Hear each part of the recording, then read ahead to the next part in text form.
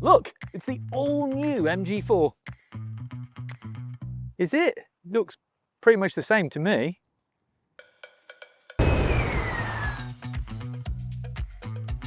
I know, it doesn't look that different, but there have been changes, so I'm here to see if this big refresh can put the MG4 back on top. Mainly because here at Electrifying, we have always really liked this car. When it was launched, it had great range, it had a really good price, and more WLTP for less GBP was always a good thing.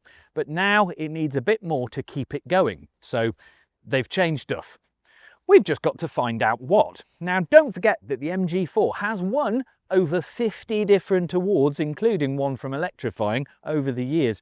That's more than Ant and Dec. But I just wanted to figure out, styling-wise, how you know this is the new MG4.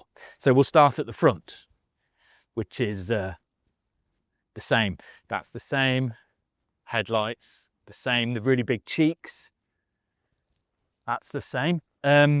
Front splitter, which is kind of echoing the other cars in the MG range with this kind of split nostril, that's the same. If we move down the side of the car, there's absolutely no changes. Apart from, I have noticed that there's new 18 or 19-inch alloy wheel designs, which is very easy because you literally just unbolt them and put different ones on. The side is the same. Again, it's got this kind of slabby side, which is made slightly less slabby by this big kind of black bit here, which kind of shortens the profile and makes it look a little bit more svelte. At the back, we've still got a big light bar with these kind of Y-shaped tail lights with some weird tattooing on the top. But I have found one of the big changes. Yes, this rear spoiler isn't a twin set like it was in the old car. It's now a single piece unit. And then the rest is the same. Oh, and the fact that it comes in 3 new colours: Ealing Green, Cosmic Silver and Piccadilly Blue. Yay. Safe to say that this is an evolution rather than a revolution on the looks front.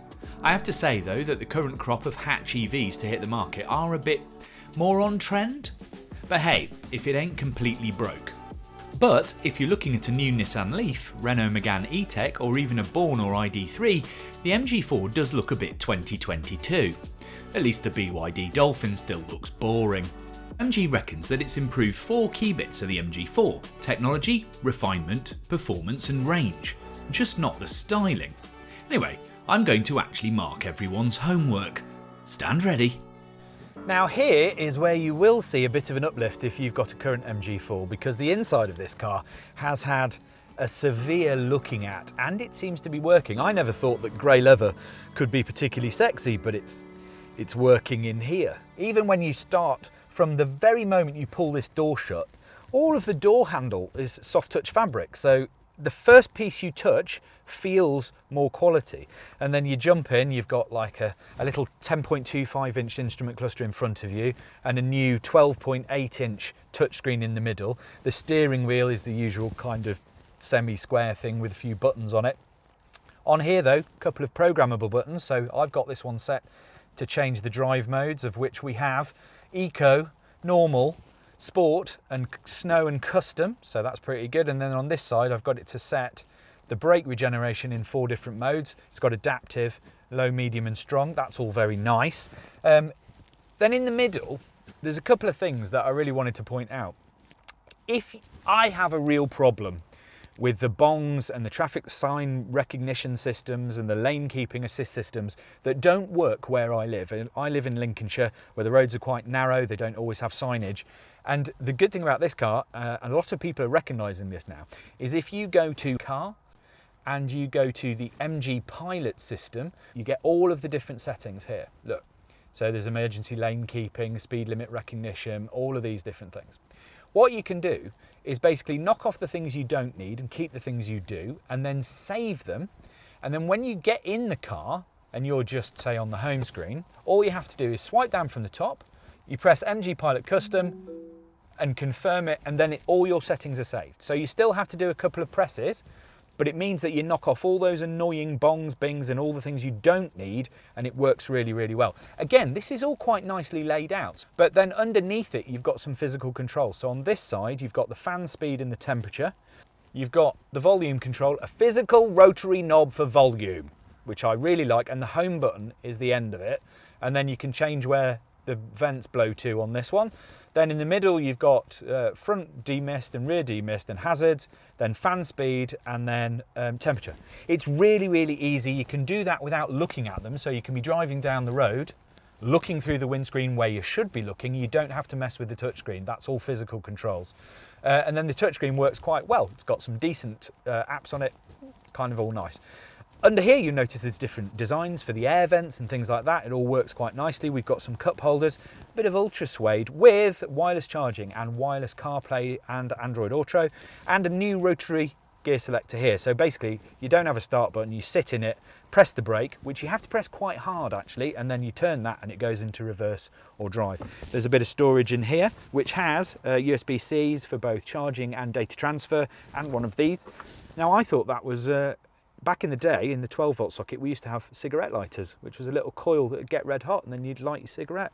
We don't have them anymore, we just have these plugs. But there's a 12 volt in there, plenty of storage down here, which is great. But the best thing about this car is that it doesn't feel like it's got too many gimmicks. The seats have been redesigned.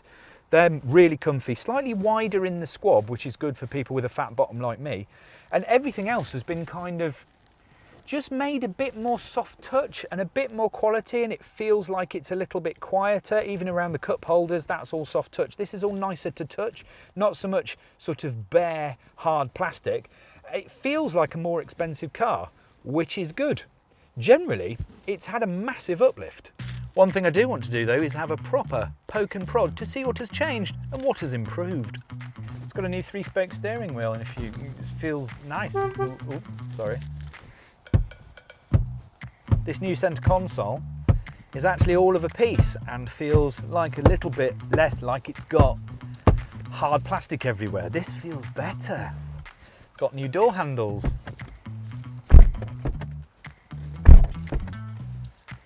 Actually, does sound, listen, slightly more robust. I could do this for hours. They probably won't like that. But nothing's fallen off this far. Do you know one thing that you can't unsee if you stood outside the car? You see this windscreen? That sensor array isn't in the middle. It's not in the middle. It's not in the middle though, at all. And then as for the rear seat space, it's fine, although these new seats in the front are quite big and blocky, so they do obscure quite a lot of the view. It's got quite a high floor, so my knees are quite high and the backs of my legs don't touch the seat, but it's comfortable enough. This is me sat behind my own driving position, and when you shut the door, it's got more soft touch fabric, which is great. Although there is only one USB-C port, so all of the 2 or 3 people in the back have to fight to charge their mobile phone. And as for the boot, again, that's fine, but not more than that. As far as the model range goes, MG has actually dropped the smaller battery standard range from the lineup because it basically wasn't that popular. Now we just get the MG4 Premium Long Range and the Premium Extended Range, as well as the rapid MG4 X Power. The Premium Long Range gets a 64 kWh battery, rear wheel drive and 228 horsepower. It was 201 with 280 miles of WLTP range. That's the one that's £5 under 30 grand. The Extended Range gets a 77 kWh battery, again rear wheel drive and 241 horsepower with a possible range of 338 miles for 32,995, which is more go than the old Trophy Long Range for 10% less cash. The X-Power gets a 64 kWh battery, 2 motors and all-wheel drive, and 430 horsepower. But it's also dropped in price to just under 34 grand. It's also quite niche with a 239 mile WLTP range, less if you use all that power. So it's a tick for performance across the board. They're all better. Here we have a long range, and I think it's a pretty good compromise, and I think the extended range would be even better. I wouldn't bother with the X-Power because it's a car that really doesn't feel like it can keep up with its own motors, and it's a little bit too heavy to be a proper sports car, so I don't think it shows off the MG4 as best as it can be. These cars feel weirdly like a luxurious option in that you've got a relatively large battery in a normal hatchback, no matter whether it's long range or extended range. And that extra range feels like convenience, it feels like luxury. It means that if you don't have home charging, you'll spend much less time on a public charger simply because you won't have to charge it up that much. If you can get 300 miles out of the extended range, then you're just basically looking at wasting less time. Now, a lot of the reason why you'd make a car like this front wheel drive is because of packaging and cost and all those boring things. But I quite like the fact that MG has decided to keep the MG4 rear wheel drive, because even though these things aren't supposed to be sports cars, every time I get in one, I just realise that they're kind of a sports car light. Look, I'm going quite quickly down here. And because it's rear wheel drive, it's not trying to steer the car and motivate it with the same driven axle. So you're driving along, the steering feels quite pure. They've made the steering quite light, so it makes the car again feel a little bit lighter than it really is. But as far as the handling balance goes, like you turn it in, it's actually got quite good grip. It's quite good fun, and that's the surprise about an MG4. You start battering down a back lane and it's not embarrassed at all. In fact, it's brilliant. I've got to put the fans on though, because my excitement, I'm steaming up all the windows. I would have slightly more feelsome brakes. I mean, I've been playing with the regen, which I've got on this shortcut key here. It's got 4 different modes. I just keep it in strong all the time. You do get used to it. Like I'm coming up to a junction now, I just lift off. It's not super one pedally, but if you judge your distances like any good EV, it works quite well. And then just use the friction brake for an absolute stop. But the brakes don't feel like much, especially when you're coming into a corner and you're driving a little bit more quickly. They could have a little bit more feel, but honestly, I'm not bothered by that. I'd prefer to be able to do a nice controlled stop in town than to have ultimate brake feel when I'm driving quickly.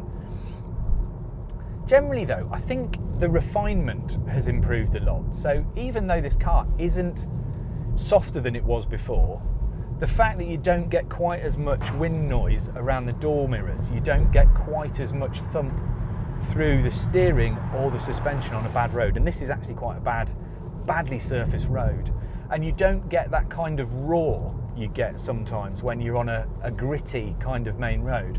It feels like it's more sophisticated, it feels more mature, it feels like there's more sound deadening all the way through the interior. It feels like it's got that extra element of plush which you didn't get in the old MG4. I think some of the reflective hard plastics in the old car were definitely a problem. And actually you don't get to notice those things until you've driven an old one and then you drive the new one. This feels so much nicer inside. It feels like a more expensive vehicle. It's a big tick from me for refinement. So we've got faster and longer range cars across the board, even if those cars now start at a higher price because the cheap one has disappeared, replaced by the MG4 Urban range that you can find a review of here. So that's a tick for range. But just to be clear, the long range gets a 64 kWh battery and 280 miles, with the extended range managing 338 from a 77 kWh unit. They both charge at 150 kilowatts DC, meaning that the smaller battery does 10 to 80% in 25 minutes, with the bigger one doing the same in nearer 40. That's only okay in terms of charging these days, but with the longer ranges you'll do less of it. They both get 11 kilowatt AC and vehicle to load as standard.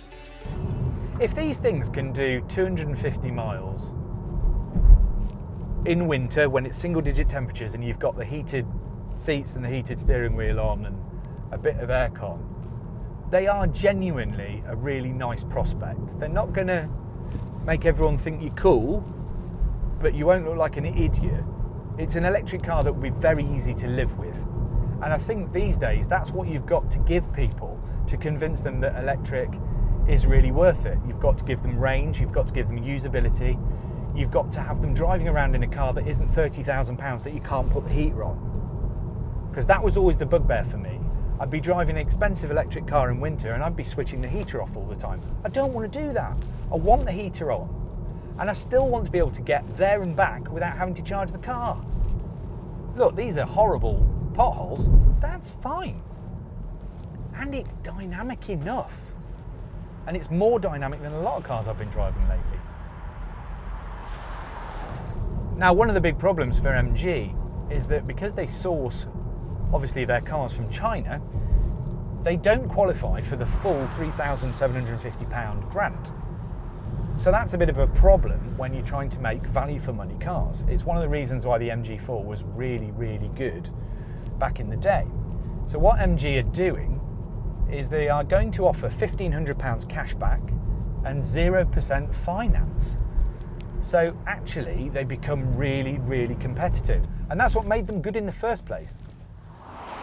You've seen what we think. If you want to try it for yourself, book a test drive for the new MG4 by scanning the QR code on the screen.